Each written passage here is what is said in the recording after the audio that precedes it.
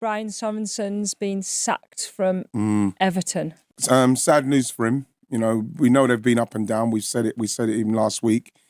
And they're winning. And then they sack him. It's unfortunate for him. But they do need to find a real proper direction what they're going in, Everton at the minute. Because, you know, they were very up and down. You don't know what you were going to get from Everton from week to week. And unfortunately for Brian, he couldn't get that consistency. And they thought that they've got to fire the bullet, unfortunately for him. So good luck to him, but hopefully Everton have got a plan in place, Steph. It's just a bit strange timing, isn't it? Because we were both on about the home record, both of us, on this podcast. I feel guilty about it. Yeah. We know things happen off of the back of this podcast. We've seen it in the flesh. But obviously, they won on Sunday. They played well. And also the transfer window was shut. Yeah. So that's why it's a little bit of a...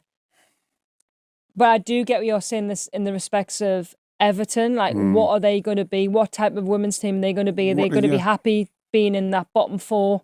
Or are they going to try and strive to do what... Potentially like what Spurs have done this season, where they're like, actually, we've got ambitions to be competing for them Champions League places. And you can feel something with Spurs. Yeah. Even again this week, I thought they were the two great strikes. But like, you look at Spurs and something's definitely changed. Yeah. The quality, the energy, and the belief. Now, you can see, like, if they're going to... What they do in the summer is going to be interesting to see. The players they add to what they've got already, because you can definitely feel the Spurs are changing. And that's something what Everton need to look at. As long as it may take, you've got to have a plan in place on how you want to play and how you want to move forward.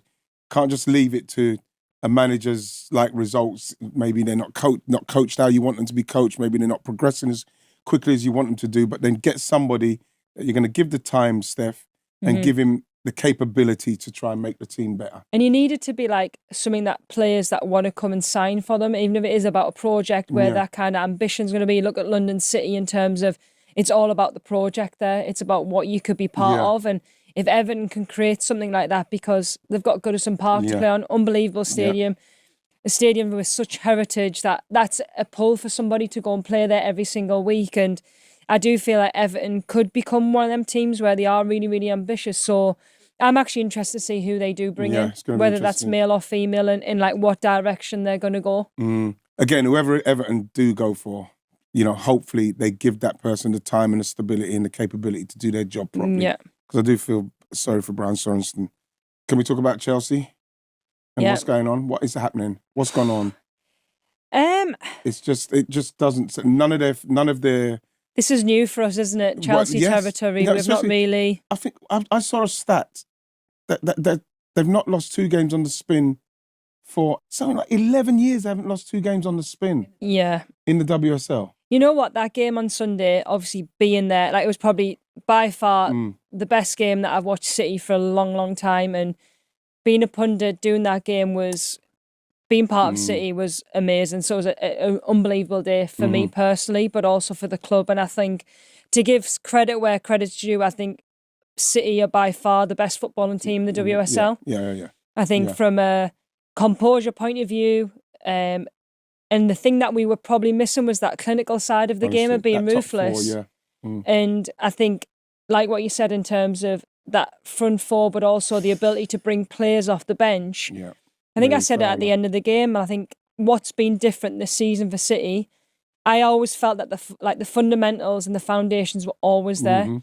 It was like putting everything together at the right time. And I feel as though we haven't won the league yet. We haven't done anything yet, but we're going to put ourselves in a really great position. And I think we've made really shrewd signings. I think if you look at our front four that started on Sunday, they're all free. Yeah. We've not had to pay anything for Bunny. Viv was on a free, an experienced WSL player. You look at Carolyn, we got her from North Carolina Courage, scores a hat-trick on Sunday. Lauren Hemp, we got her from when she was at Bristol when she was younger, so the potential was always there. So I feel as though that was an area we needed to improve, is kind of bringing in players like Sam Coffey and spending money on her, but knowing that she's going to play some part at some point. Grace Clinton coming off the bench, and then you bring in a manager that is not only a good tactician, but also is very, very good with people. Yeah. And you can just see, like, there was just a sense of the girls loving every minute And at they the believed. Etihad. They believed, didn't they? Yeah, and of course they believe, because they've been on such an unbelievable run Yeah. of being unbeaten for, I think it's 12 or 13 games in the WSL, which is ridiculous. And to have that scoreline against Chelsea, It was a statement victory. it was really a real, was. like, bam, that's a real putting your flag in the ground saying we're here. And people are saying, yeah, it's because they haven't got no Champions League and it's okay, we'll see what they do next season.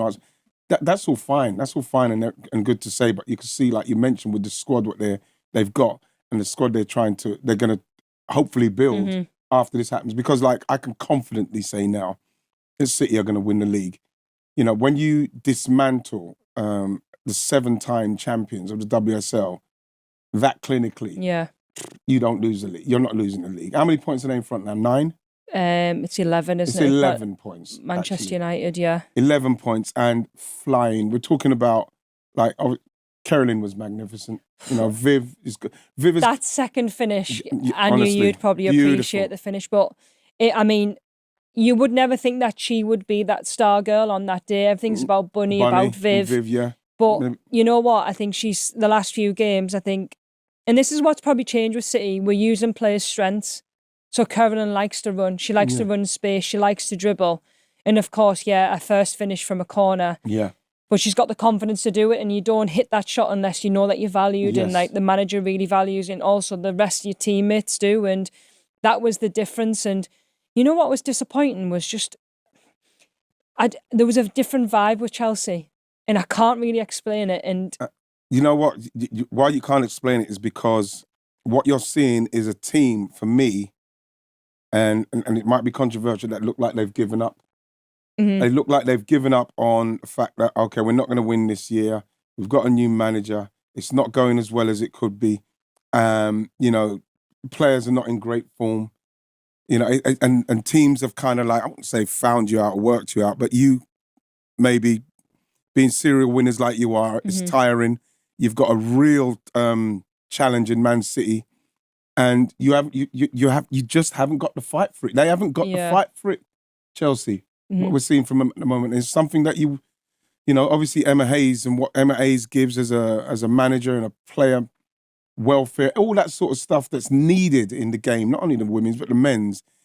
Everything seems to be missing from Chelsea at the moment. For a team as good as they are, what they've won, you can't be beaten like that. it's missing, Ian, but they've got everything. Yeah, So, like, you don't win the main league thing's last missing. season. Yeah. Sonia coming in as a new manager. Yeah. And you know, it actually reminds a little bit of, like, Liverpool men's and Arne Slot coming in.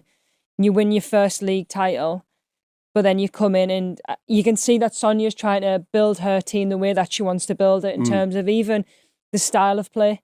Like, we've seen them a lot this season in that 3-4-3 formation. Then you've seen them against you guys in a 3-5-2 with wing backs. On Sunday, it was a 4-1-4-1, and they'd never laid a glove on City at all. And you're thinking, okay, like, City haven't got the best of records against Chelsea of all the years that we've played, including the games that I've played. It's always been, like, really tight games. Right. And this was just not a Chelsea team where, when you're saying about giving in, that second half and that Caroline goal, that summed up the game for Chelsea. There was no organisation. It looked as though people were a bit out of ideas. There was no one really taking getting a hold of the game and trying to dictate. And I feel as though I'm going really harsh now, but I feel as though we have to, because we've criticised Arsenal a lot on this pod in terms of money that's been spent, expectation, resources. They're the trailblazers for the rest of the league to go, actually, we want to be Chelsea, Arsenal standard. Even from a Manchester City point of view, we've probably had to look at Chelsea and ask, okay, they're spending money. We need to we have to try and match them or do something totally different. Yeah, but, like, you know, it's not good to see. You don't want to see the champions going out like that. But again, we have to give City credit. And again, of course, they're not in Champions League. You know, they've got the players coming back. Still got Mary Fowler to kick back in. Remember how she started? And, you know, so you look at it and you think, like, yes, the baton is definitely changing hands. It's going to be interesting what happens with Chelsea now, and what's going to happen with Sonia Bonpasta. How are they going to move forward with what I've seen of the last 2 games? Because I thought Arsenal outplayed them at Stamford Bridge, and then obviously we saw what Man City done. So a question must be being asked, but like it's going to be interesting where Chelsea go from here. Chelsea and Sonia Bonpasta go from here, because at the moment it looks like it's a crisis. Yeah. Did you see the interview after the game about the transfer window? No, I didn't see it. In terms of, I think Sonia wanted probably a few more bodies in this transfer window. Wow. Okay. Which is quite There it is. interesting There it is. because in terms of what they have brought to the club, like even last year's January transfer, when we sat here and they were like, oh my God, Naomi Gurma's coming. Yeah, good Kia signing. Welsh is coming. Yep, good sign. We're not talking about like, they're big signings. Yeah. They're they're world stars, them two. Alicia Thompson in the Alicia summer. Thompson came as well. So it's interesting that she's saying that, because let's face it, Chelsea don't scrimp and scrape about and getting players to their clubs. So that's going to be an interesting one to watch, Steph. I think that her saying that, what she's saying, that she wanted more signings, she needed more. I mean, it sounds like it, but wow, it's they've got an unbelievable squad, and what they have done for this league and for women's football has been unbelievable. And that's what I'm saying. They are the standard bearers for a lot of clubs. They want to be that Chelsea team. Yeah, because they're dominant. The thing is, if I'm an owner of Chelsea now, hearing her saying that she wanted more signings, I'm probably bringing her in to say, this is Chelsea. You got one of the best. Let's face it, players, they've got one of the best squads easily. Yeah, easily. Yeah, in Europe. Mm-hmm. You know, they're not performing. It's as simple as that. You know what I mean? I'm never going to call for anyone to get the sack, but if you're going to call somebody in to say, like, well, Sonia, what's going on? You know what I mean? You've got some excellent players here. You know what I mean? Back to you. What's going on? Why are we playing like this? Why are we winning? You know, and they'll be in their right. So it's one to watch, because, like I say, the capitulation at City, if I'm an owner, I'm looking at that saying, I don't want that. No. You know what I mean? I don't want that, especially, what was it, 2 games? Not lost 2 games on the spin for 11. Well, they've 3 defeats in the last 5 WSL games, which is as many as the last 60 games, which shows how unbelievable they've been. Yeah. But then this period now is really difficult for Chelsea. And it'll be interesting to see which kind of way they're going to go when they've got Spurs on Sunday. And the thing is as well, you have to probably think the Champions League, because that's what Chelsea want. I don't know if they can switch it on and off, so they could switch it on in the Champions League, because the quality of the teams. I just don't know whether you can do that, though, you can't do that. You can't do that, Steph. The quality of the Champions League, as you're getting into the latter stages, goes to another level. And like I say, you see what City done to them. You know, that's something that can happen to them again. It's going to be interesting to see what happens with Chelsea now, because I think they're at a real crossroads point. Yeah. Our favourite time of the show. Predictions? Yeah. You know something, Steph? It's not actually my favourite no more. No? It was last week when you won. It's true. I am very up and down with it, Steph. I can't lie. But this week, I don't feel up. And I'm going to read why I'm not feeling a little bit up about it. Okay, so the predictions, right? Steph, with 2 correct results, Spurs and London City Lionesses. And you slayed me because of these. Why are you always putting 2-1? Right, with the 2-1, the most popular score in football. So you got those correct. So you got 8 points. Yeah. And I got 4 points. So I'm in 36 with 56 points. And Steph is in 5th with 72 points. But at the moment, Beth Terry in 1st, Beth Terry with 75 points, but Steph, you're only 3 points behind. Oh, come on. This is a Beth big Terry. week then, isn't Well it, done, for Beth, us all? Well for done, being Beth. top. Gosh, I wonder what your secret is, Beth. I wish I knew what it was. Right, so this week's. We'll do quick fire, so you just got to say it, okay? Okay. Don't think about it too much. Okay. Right, okay. On Saturday, Leicester v Manchester United. 4-0 Leicester. What are you going with? 4-0 Leicester? No, 4-0 Man United. That's why. You see, everybody's heads around there in the gallery, and everybody's turned around and laughing over there. Laughing. I mean, it could be possible, but... No, 4-0 Leicester. 4-0 Man United, sorry. 4-0 Man United. I'll go 3-0 Man United. Right, so London City Lionesses Everton. I'm going to go... New manager. 2-0 London City. No, I should say no manager for Everton. I'm going to go 2-1 London City. Okay. West Ham Brighton. I'm going to go West Ham 2-1. I'm going to go 1-1. Ooh. Arsenal City. I think there's goals in this game. I'm going to go 2-2. Are you going to do that? You can do the same. I don't want to do the same because it doesn't feel good. And I'm not going to get points if I'm doing the same. We get the same points. I'm going to have to go for... City are playing so well. No, I'm actually going to change mine. What are you going to go to? 3-2 City. To City. Mm-hmm. I'm going to go 2-2. I knew you wanted 2-2. You've got to go City with the way they're playing. 3-2, yeah. You're going to go good? I just don't want to jinx it. Liverpool Villa. I'm going Liverpool, yeah. Are ya? I think I am. You know something? I mean, Villa that would have been. This is why I've only got I'm in 36th place. What am I going to go with Liverpool for? What have Liverpool done for me to say Liverpool are going to beat? Because I think at some point it has to change. No, I'm going to. That's what you're thinking. Me. No, I'm not going to go with Liverpool. I'm going to go Villa 3-1. I'm going to go 1-1. And then Spurs Chelsea. You know something? You've hyped Spurs up now. I've got to go for Spurs. I think Chelsea are in a real slump. And I think if Spurs, even when they went a goal behind against West Ham, still played their stuff, scored 2 really good. I'm going to go for Spurs. I'm going to go Spurs 2-1. 2-1. You can't see it, can you? I can see it in the way. Nah, I can't. I think it's going to be Chelsea 2-1. So this is where I lose because I was thinking Chelsea. They're going to have to come back. Even though I really like Spurs at this moment in time, but this is a big game. I can't big up Spurs and then say Chelsea are going to beat them. No, you can't. You know what I'm going to go with?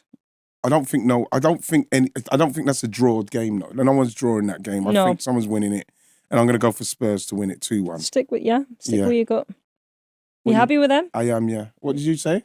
I said 2-1 Chelsea. 2-1 Spurs. Might as well just said 2-1 for all of them. But the Leicester 4-0. I'm so disappointed. Let's just get that clear. Man United 4, Leicester 0. So if Leicester do beat Man United 4-0, I'll just switch it back round. Yeah, we can fix it if you want to. I don't think it's going to happen, but thanks a lot. Thanks for listening, everybody. We'll see you again next week. Take it easy. Bye from Crossways. Bye.